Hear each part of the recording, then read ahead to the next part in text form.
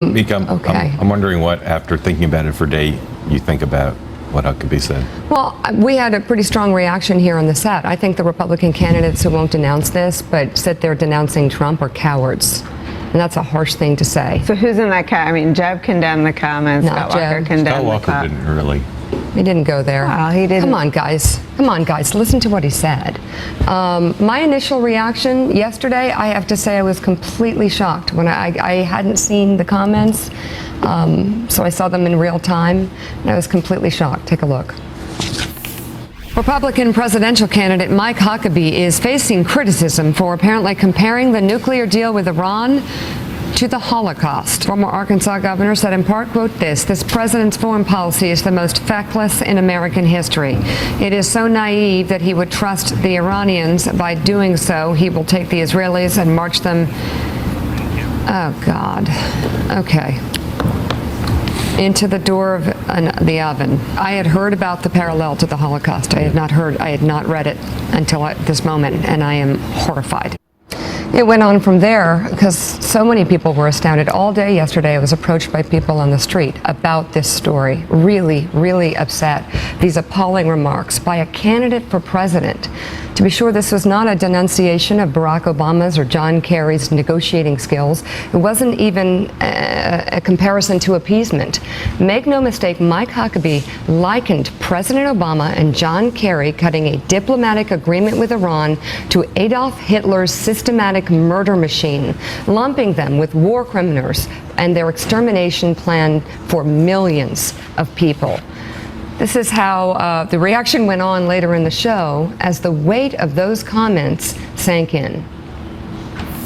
If you've been to Auschwitz, if you've been to Birkenau, if you've been to any of these places where people were killed, and you see the piles of glasses, the piles of hair, the piles of shoes, and the piles of clothes, and every bit of their humanity that had to be stripped away, handed over as they went and then burned to their deaths, among other things, it's really not a good comment to say. It's a deal breaker. It should be over for him.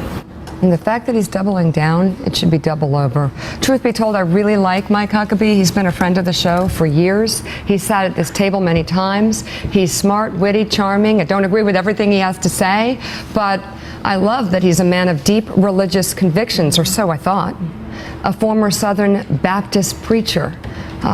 We still talk about how he blessed me on the show for my sins, I think, of being a Democrat on one of his visits. It was so much fun, and he was fun.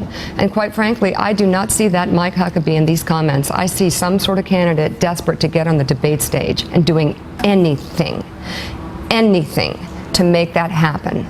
People of good faith have strong opinions about the Iran deal. Many have had tough questions about the Iran deal, including Joe on the set, the Anti-Defamation League, Ambassador Dermer, and many others. But even many who strongly opposed the deal were dismayed by his comments.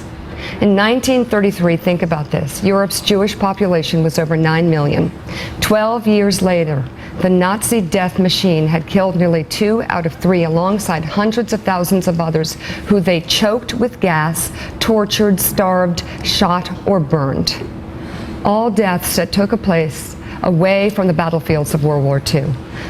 The forced marches continued until May 7th of 1945, the day before the Nazis surrendered to the Allies. When Mike Huckabee says that President Obama is figuratively marching Israelis to the oven door, I hope he remembers that people were actually marched to the oven door. Their intent was to wipe out an entire race.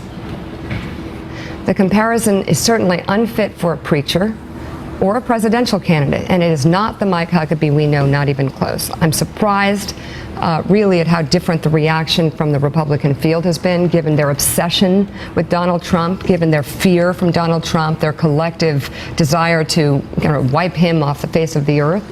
How about actually saying the right thing? Just say the right thing. It should be easy. This should be an easy one. Huckabee should apologize, even though at this point it would be empty since he has doubled down, and his fellow Republicans should have the guts to do and say the right thing, and they don't. We'll be right back.